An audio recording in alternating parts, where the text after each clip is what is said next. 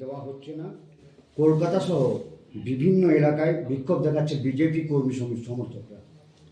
গতকালও আমরা ফর্ম 7 জমা করতে গেছিলাম ইআরওর কাছে, কিন্তু ইআরও ফর্ম নেয়নি এবং জায়গায় জায়গায় আমরা দেখছি পশ্চিমবঙ্গে ইআরও ফর্ম নিচ্ছে না। বোঝাই যাচ্ছে কারা ওপর থেকে চাপ দিচ্ছে।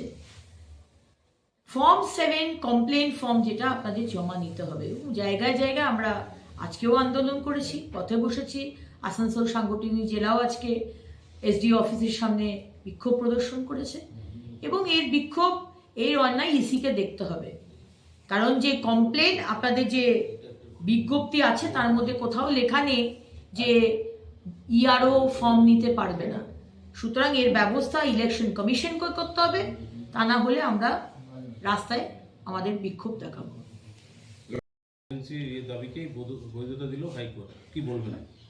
হবেই তো, অসত্য কথার উপর বেস করে যদি কোনো কেস হয় তো তা তো এক্সপোজ হবেই। আমরা তো সেই সময়তেও ইডি বলেছিল যে কোনো নথি কোনো কিছু কনফিসকেট করা হয়নি, কিন্তু মুখ্যমন্ত্রী নাটক করতে করতে, উনি তো নাটক করতে একটু ভালোই বাসেন, আর্টিস্ট মানুষ, শিল্পী মানুষ, তাই জন্য উনি গিয়ে নাটক করেছিলেন এটা আমার পার্টি অফিস থেকে সমস্ত কিছু নথি নিয়েছে, এটা একটা চক্রান্ত। আজকে এক্সপোজ হয়ে গেলেন মুখ্যমন্ত্রী। করুন, আমাদের ট্যাক্স পেয়ারের টাকায় সব টাকা খরচা করে বড় বড় আইনজীবীদের ভাড়া করে আদালতে যান, থাপ্পড় খান, একবার এই গালে একবার ওই গালে, আর 3টে মাস আপনি এক্সপোজড। বাংলার মানুষ বুঝে গেছে যে আপনি যে নাটকগুলো করছেন সেটা কেন করছেন। 2026-এ বাংলার মানুষ তার ডিসিশন দেবে। তো কি হয়েছে, আরো অনেক কারখানা আসবে, কিন্তু আপনি কোটি কোটি টাকা খরচা করে বিজিবিএস করেছেন, বেঙ্গল গ্লোবাল বিজনেস সামিট। আপনি মিথ্যে কথা বলে গেছেন সকাল থেকে রাত অব্দি। 21 লক্ষ চাকরি হয়েছে, 28 লক্ষ চাকরি হয়েছে, 21 লক্ষ কোটি টাকার বিনিয়োগ হয়েছে, কিন্তু আজ অব্দি আপনি কোনো শ্বেতপত্র বার করতে পারেননি। আমি আপনাকে চ্যালেঞ্জ করছি অগ্নিমিত্রা পাল, আপনাকে আমি চ্যালেঞ্জ করছি, আর 3 মাস বাকি। আপনাকে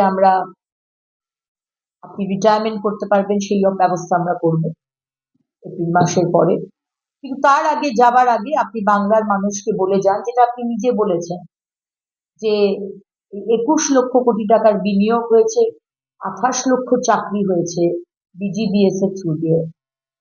এগিয়ে বাংলা, অথচ আমরা জানি অফিসিয়াল রেকর্ড 22 লক্ষ পরিযায়ী শ্রমিক বাইরে চলে গেছে। আমরা চাই আপনি তার শ্বেতপত্র বার করুন। আর আমাদের কথা যদি বলতে হয়, তাহলে কেন্দ্রের বঞ্চনা অনেক হয়েছে। প্রচুর রাজ্য রয়েছে যেখানে বিজেপি নেই, সেখানকার মুখ্যমন্ত্রীরা তারা জানেন যে কিভাবে কেন্দ্রের কাজ সেই স্টেটে আনতে হয়।